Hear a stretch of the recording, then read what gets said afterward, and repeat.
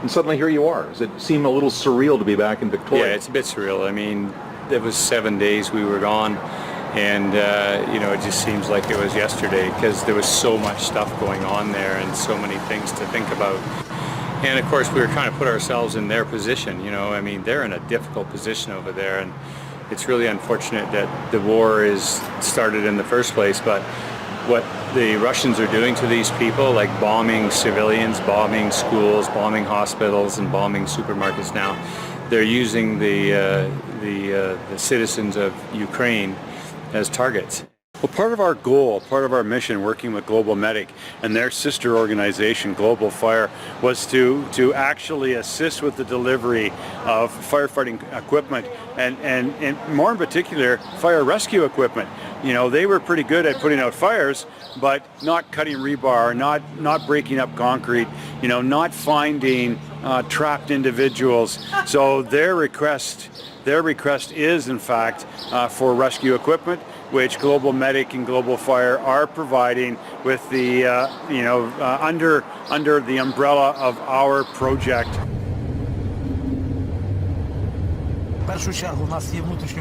There are about 2,000 internally displaced people living in the community right now, so they need food, and besides helping those people who live in the community, they also send a part of this food kits to the hotspots of Ukraine, where all people need them even more. So instead of focusing on some problems to improve the condition, to improve the educational process, we have to think about bomb shelters. Volunteers from this community, they organize making this protective nets. Our reality was we couldn't communicate when we were leaving Langford. We couldn't communicate dates of when we were going to. We couldn't even say where we were going. The security was so tight because of the risk. That's unbelievable. We had to turn our phones off when we were in Ukraine so we couldn't be pinged by the Russians. Did you see a lot of damage? Did you see yourself personally a lot of buildings that had been bombed and hit over the last 130 days? No, we were in western Ukraine to the north, and they were bombed earlier because they had the Air Force base there, and they've left that alone for the last month or so. So we felt fairly confident, from the people that we knew on the ground from Global Medic. They were actually telling us where to go and what to do and looking out for us. This community has a building here right now. They have 28 displaced individuals, and they can hold up to 50.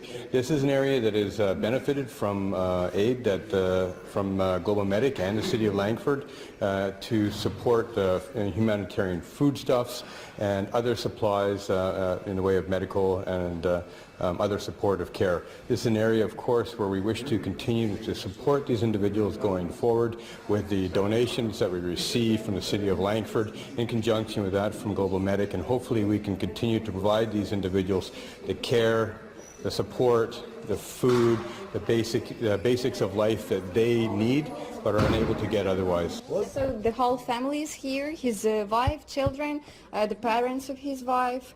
They feel relatively safe because there is no safe place in Ukraine now.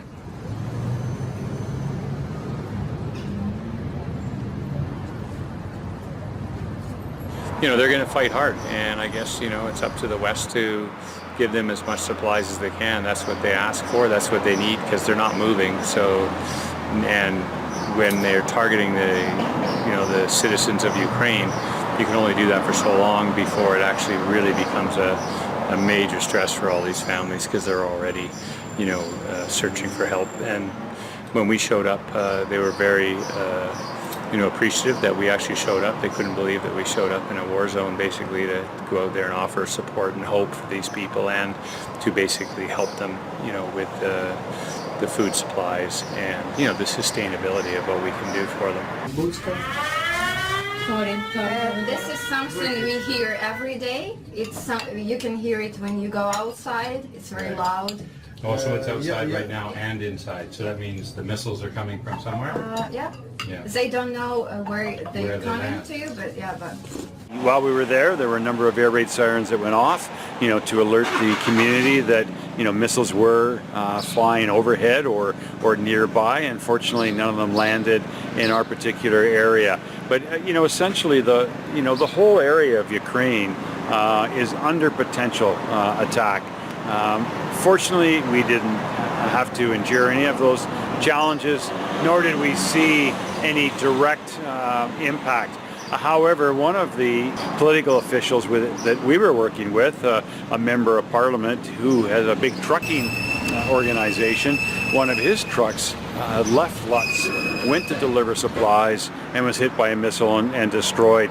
And he had to go that next day, to deal with the driver and deal with the remnants of the vehicle. So, I mean, it's everywhere.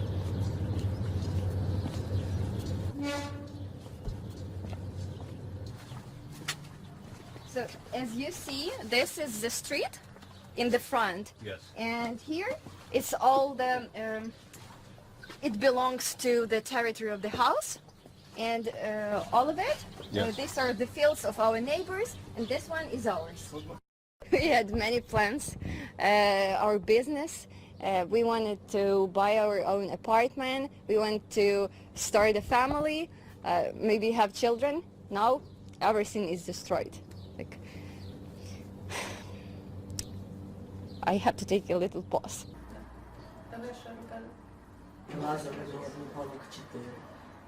Не було, що такого не переживали. It's very complicated, very hard. Like it's a hell. Many friends died, and many people that we know. We are in the food cellar, and this is the place which we were hiding in when we heard air alert for the first time. But when we got here with my mom and my brother, we understood that it's even more dangerous in here than outside, and than to stay inside the house. So this is what most people have. They don't have special bomb shelters. That's why sometimes they just ignore air alerts, because they just don't have anywhere to hide. All these people that are being impacted, they had no choice in this. This was done to them, and the idea is to find a way to make this easier for them to get through what they're going through.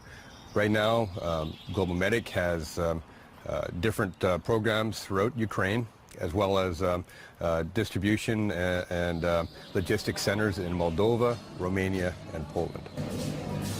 Now, we'd all heard about a sister city, that you were going to form a sister city agreement. Now I understand it's four Yeah, sister so- cities. How did that happen? Well, we met with an MP for the federal government there. He was an MP, and he said, look, we're getting good help to Lutz and to Kiev and to some of the bigger cities, but the smaller cities aren't getting any help at all, and yet they're getting a lot of refugees and a lot of displaced people there.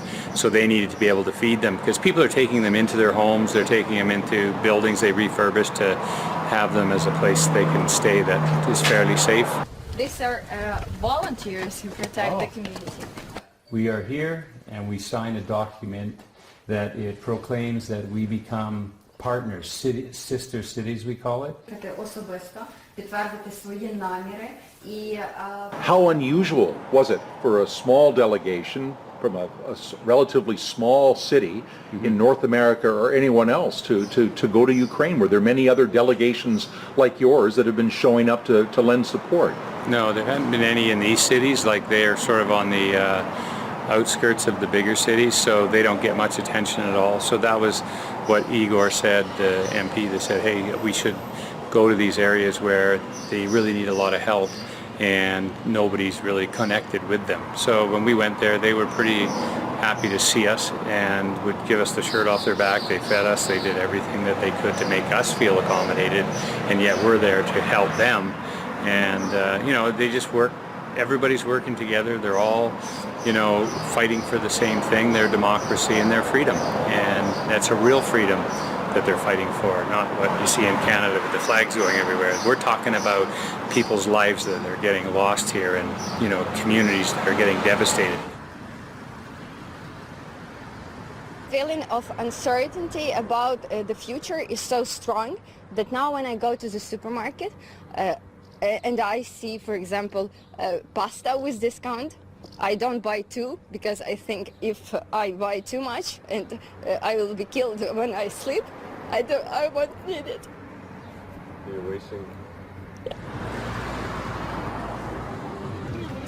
Their concern was that as the war wanes on, there'll be less and less interest and less support from Canada and from other countries.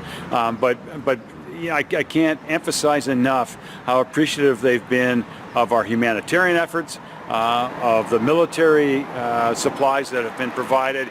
But their message was, please do not forget us. Our needs are great, and they're getting greater. The longer the conflict, we're thinking summer now, but it won't be too long before we'll transition to the fall and winter, when it becomes really, really critical. We cannot stop sending supplies and equipment.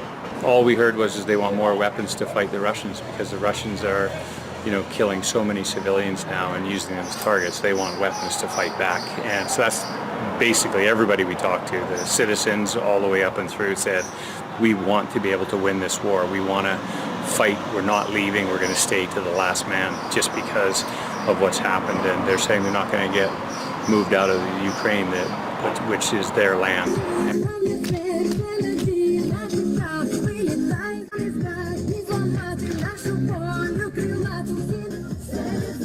It was a really eye-opening trip, I can tell you. One of the most eye-opening trips I've ever been in my life, you know, to see what's happening there and what's going on.